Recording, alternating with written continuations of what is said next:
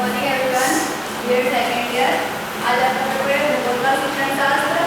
आज आपका टॉपिक है संकलित शिक्षा। कल आपको पढ़ा रही थी शिक्षक व्यवसायिक विकास के अभिकरण, जिसमें फर्स्ट था संकलित शिक्षा। संकलित शिक्षा को 3 भागों में बांटा गया था: आदर्श शैक्षिक कार्यक्रम, विषय वस्तु कार्यक्रम और प्रायोगिक कार्यक्रम। जिसमें आदर्श शैक्षिक कार्यक्रम की मैंने आपको अवधारणा लिखवाई थी।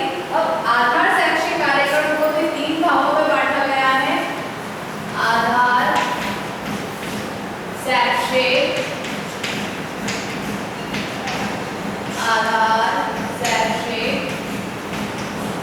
कार्यक्रम। आधार शैक्षिक कार्यक्रम को 3 भागों में बांटा गया है। फर्स्ट है शिक्षा के दार्शनिक आधार, शिक्षा के दार्शनिक आधार। दूसरा है शिक्षा का सामाजिक आधार, शिक्षा का सामाजिक आधार। और तीसरा है शिक्षा का मनोवैज्ञानिक आधार, शिक्षा का मनोवैज्ञानिक शिक्षा का मनोवैज्ञानिक आधार। सबसे पहले है शिक्षा का दार्शनिक आधार। शिक्षा के दार्शनिक आधार में हम ये कह सकते हैं कि जो पुराने शिक्षा शास्त्री थे और जिनके माध्यम से, जैसे हम पढ़ते हैं दर्शन, जब हम पढ़ते हैं तो दर्शन में हम पढ़ते हैं कि वेदों के माध्यम से शिक्षा है, गीता के माध्यम से शिक्षा दी गई है, मोस्ट ऑफ द वेदों के माध्यम से दी गई है शिक्षा, फिर गीता के माध्यम से शिक्षा बताई गई है।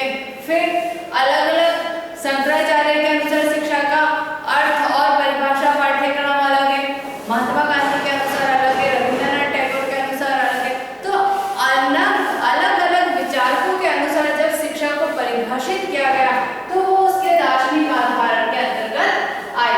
शिक्षा का सामाजिक आधार, जिसमें बालक को शिक्षा में समाज में किस तरीके से समायोजन किया जाता है वो बात समझाई जाती है। और शिक्षा का मनोवैज्ञानिक आधार, जिसके अंतर्गत हम ये कह सकते हैं कि बालक को किस तरीके से समझा जाए या बालक को किस तरीके से शिक्षा प्रदान करनी चाहिए एक अध्यापक को, ये सारी चीजों को ही बताया गया है। दार्शनिक आधार में हम लिखेंगे दर्शन संबंधी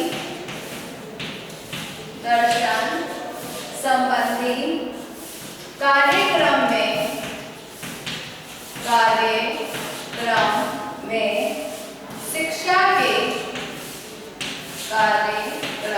में शिक्षा के दार्शनिक आधारों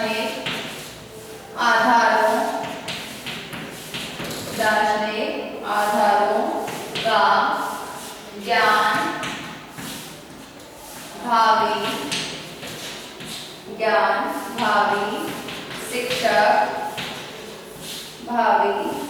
शिक्षक को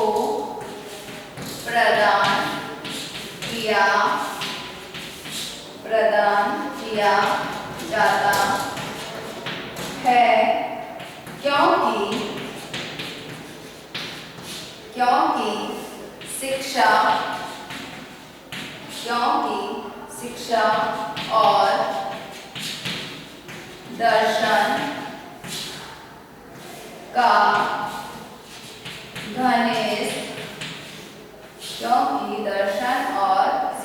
का घनिष्ठ संबंध है। जैसे सही बात कही गई है कि दर्शन संबंधी कार्यक्रम में शिक्षा के दार्शनिक आधारों का ज्ञान भावी शिक्षक को प्रदान किया जाता है। भावी शिक्षक कौन? आप लोग जो बीएड कर रहे हैं, जितने भी स्टूडेंट वो क्या होते हैं? भावी शिक्षक होते हैं। उनके फर्स्ट ईयर और सेकेंड ईयर दोनों में एक पेपर चलता है। फर्स्ट ईयर में भी आता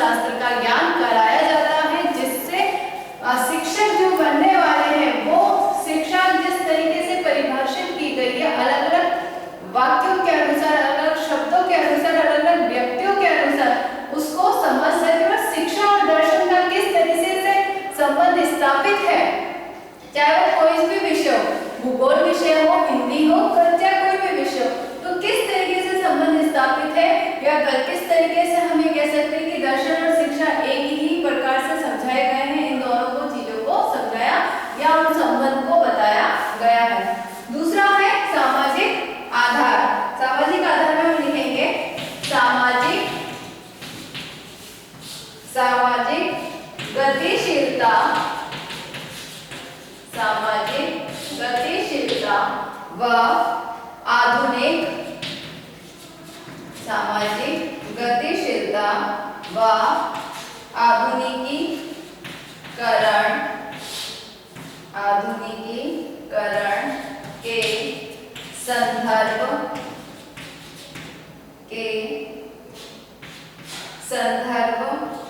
में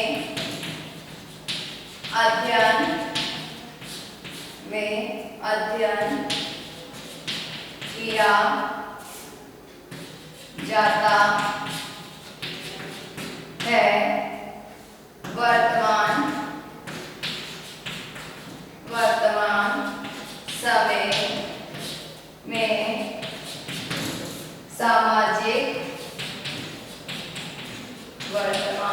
समय में सामाजिक मूल्यों के संदर्भ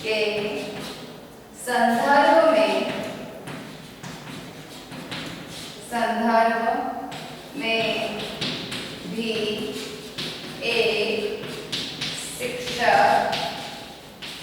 भी एक शिक्षक को ज्ञान होना चाहिए। क्या होना चाहिए? ज्ञान होना चाहिए। सामाजिक आधार, सामाजिक गतिशीलता, आधुनिकीकरण के संदर्भ में अध्ययन किया जाता है और वर्तमान समय में सामाजिक मूल्यों के संदर्भ में भी एक शिक्षक को ज्ञान होना चाहिए कि वर्तमान समय में जो सामाजिक आधार यहाँ में कह सकते हैं कि जितने भी सामाजिक परंपराएं, सामाजिक मूल्य जो चल रहे हैं, तो वो बालकों को किस तरीके से प्रदान करें और किस तरीके से सिखाएं। फिर है नेक्स्ट मनोवैज्ञानिक आधार। इसमें हम लिखेंगे जब तक शिक्षक छात्र की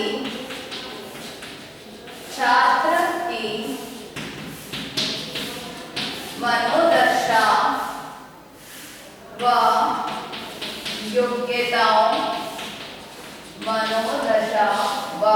योग्यताओं को ज्ञात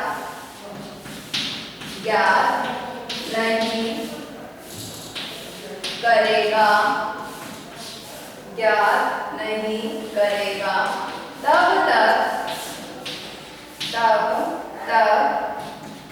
वह छात्र का सर्वांगीण विकास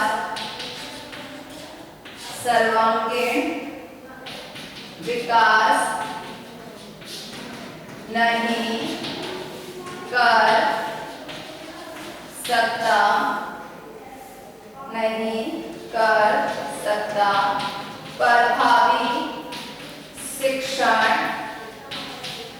प्रभावी शिक्षण के लिए भी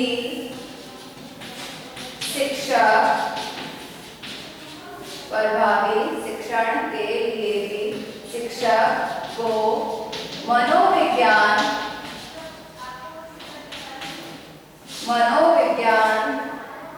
का ज्ञान रखना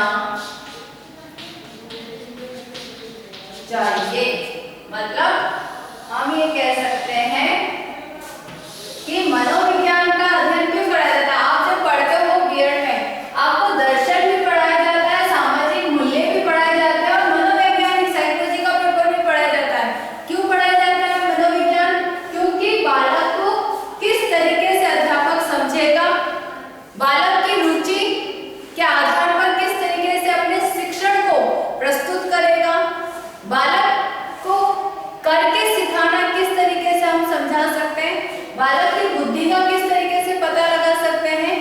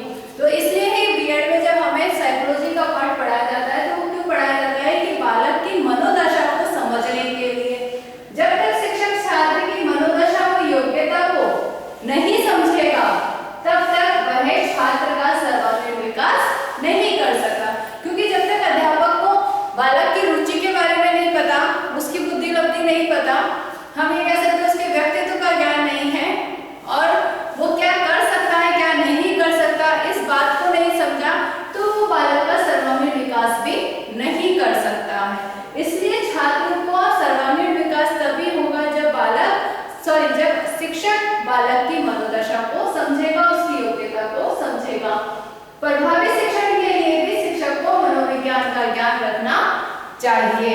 ठीक है, जब अध्यापक को अपना शिक्षण प्रभावशाली रूप में प्रस्तुत करना है तब भी अध्यापक को क्या होना चाहिए, मनोविज्ञान का ज्ञान आराम से होना भी जरूरी है।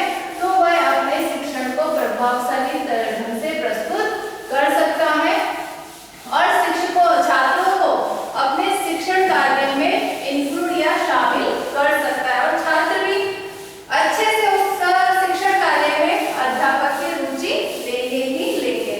नेक्स्ट पॉइंट है आपका विषय वस्तु संबंधी शैक्षिक कार्यक्रम। विषय वस्तु संबंधी शैक्षिक कार्यक्रम। अब विषय वस्तु संबंधी पहला जो मैंने पाठ पढ़ाया वो क्या था, आधार शैक्षिक कार्यक्रम। अब है संकलित शिक्षा में विषय वस्तु संबंधित कार्यक्रम। इसमें लिखेंगे इसके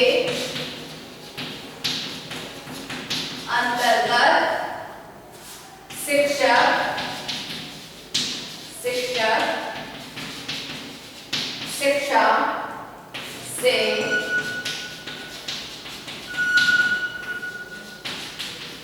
संबंधित विषय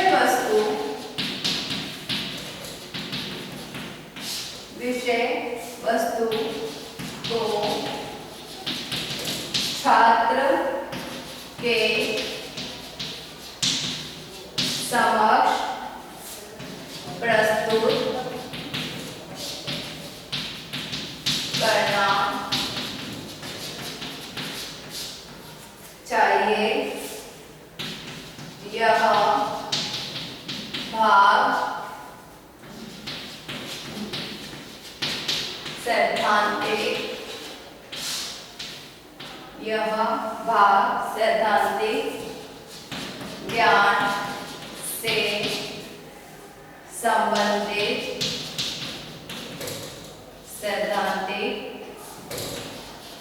ज्ञान से संबंधित होता है। इस सोपान में छात्र के समक्ष विभिन्न प्रकार के सिद्धांत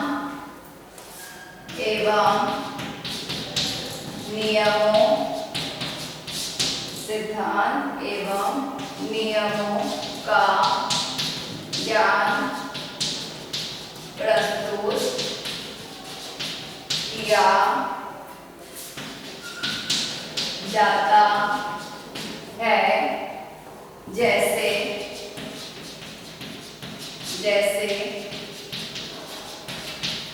अधिगम के सिद्धांत, अधिगम के नियम व अधिगम का स्थानांतरण आदि। विषय वस्तु संबंधी शैक्षिक कार्यक्रम के अंतर्गत इसके अंतर्गत शिक्षक शिक्षा से संबंधित विषय वस्तु को छात्र के समक्ष प्रस्तुत करना चाहिए। यह भाग सैद्धांतिक ज्ञान से संबंधित होता है। अब सैद्धांतिक ज्ञान कौन सा? सैद्धांतिक ज्ञान कौन सा? जो पाठ्यक्रम हम पढ़ते हैं, आपका सिलेबस है BEd first year second year का जो सिलेबस है वो सिलेबस क्या है? सैद्धांतिक है। तो सैद्धांतिक विषय वस्तु का ज्ञान बालक को या शिक्षक जो होता है, जो भावी शिक्षक है, जो हम ये कह सकते हैं कि बीएड कर रहा है, उन बालकों को या आप लोगों को इसका सैद्धांतिक ज्ञान होना चाहिए। इस सोपान में छात्र के समक्ष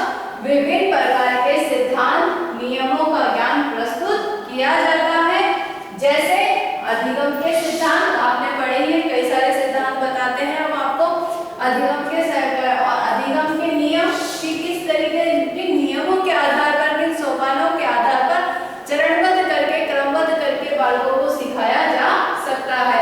और अधिगम का स्थानांतरण कि बालक ने पहले से ही जो सीख रखा है, जब हम पढ़ाना स्टार्ट करते हैं तो बालक से हम क्या करते हैं, कैसे सिखाया था कि हम बालक से पूर्व ज्ञान के आधार पर कुछ प्रश्नों को करते हैं।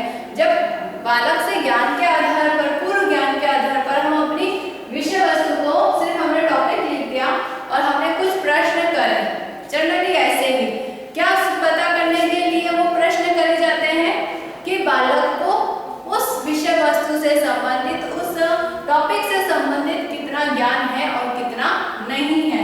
और उसके बाद में अध्यापक अपने हम ये कह सकते हैं कि विषय का या विषय वस्तु का प्रस्तुतिकरण करता है और पढ़ाता है, और अध्यापक को ये पता पड़ जाता है कि मुझे किस स्तर के आधार पर बालकों को अपनी विषय वस्तु प्रस्तुत करनी है।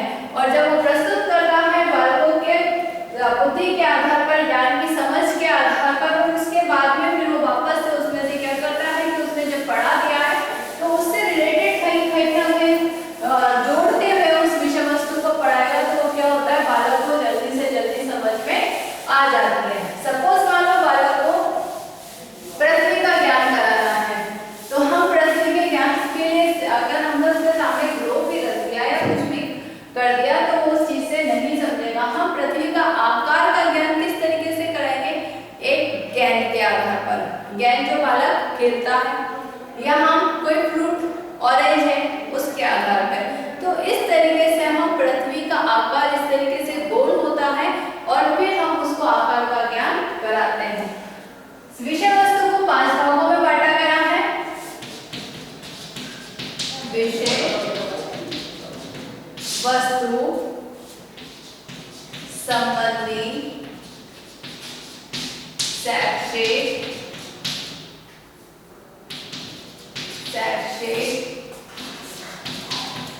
कार्यक्रम। अब विषय वस्तु संबंधी शैक्षिक कार्यक्रम को जो 5 कौन से भागों में बांटा गया है। फर्स्ट है शिक्षण के उद्देश्य, शिक्षण उद्देश्य। सेकंड है शिक्षण विधियां। थर्ड है कक्षा, कक्ष प्रबंध, कक्षा कक्ष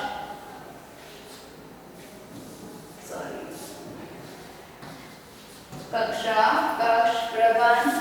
फोर्थ है शिक्षण तकनीकी। फिफ्थ है निर्देशन व परामर्श। कितने भागों में बांटा गया है। शिक्षण के उद्देश्य, शिक्षण विधियां, कक्षा कक्ष प्रबंध, शिक्षण तकनीकी, निर्देशन व परामर्श। अब इसमें शिक्षण के उद्देश्य जैसा है इसके अंतर्गत बताया गया है। शिक्षण के उद्देश्य में लिखना प्रत्येक स्तर पर पाठ्यक्रम का शिक्षण करने से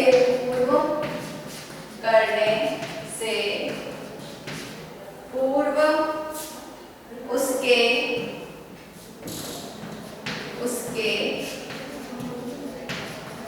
उद्देश्यों का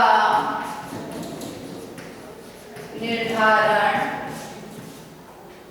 करना एक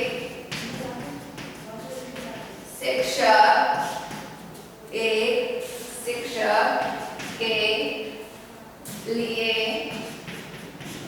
परम आवश्यक है। मतलब शिक्षा के उद्देश्य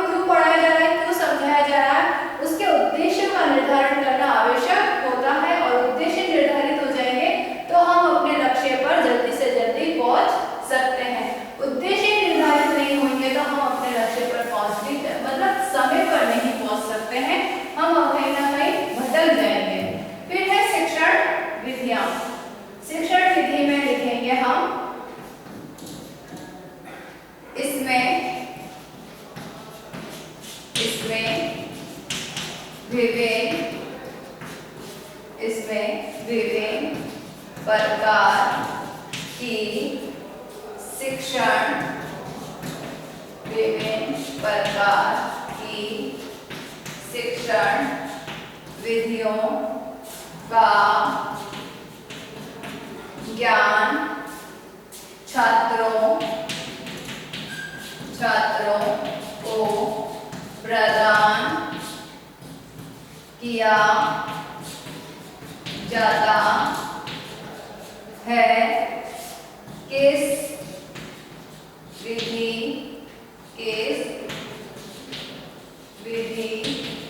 का प्रयोग किस विषय व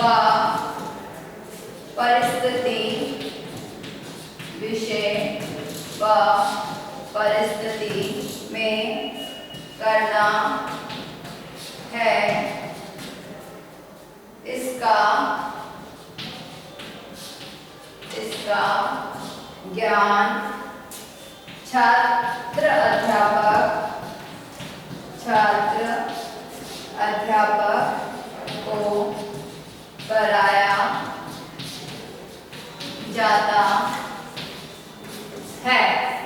शिक्षण विधि में हम बताएंगे कि इसमें विभिन्न प्रकार की शिक्षण विधियों का ज्ञान छात्रों को प्रदान किया जाता है और किस विधि का प्रयोग किस परिस्थिति में करना चाहिए, इसका ज्ञान भी छात्र अध्यापक को कराया जाता है। सपोज मान लो कोई छात्र है, हमें पढ़ाना है कहानी विधि से, लेकिन छात्र कहानी विधि से पढ़ने की उस विषय वस्तु को मूड में नहीं है, तो हमें उस विषय वस्तु को उसी समय पे कविता विधि के माध्यम से प्रस्तुत करना होगा, या जिस विधि के आधार पर बालक चाहते हैं उस विधि से बालकों को उसको समझाना होगा। तो बालकों को हम अपना प्रस्तुतिकरण या उस विषय वस्तु को अच्छे से समझा सकते हैं। इसके आगे के 3 भाग में आपको कल नेक्स्ट वीडियो में कराऊंगी। आज आपका गृहकार्य प्रश्न है आधार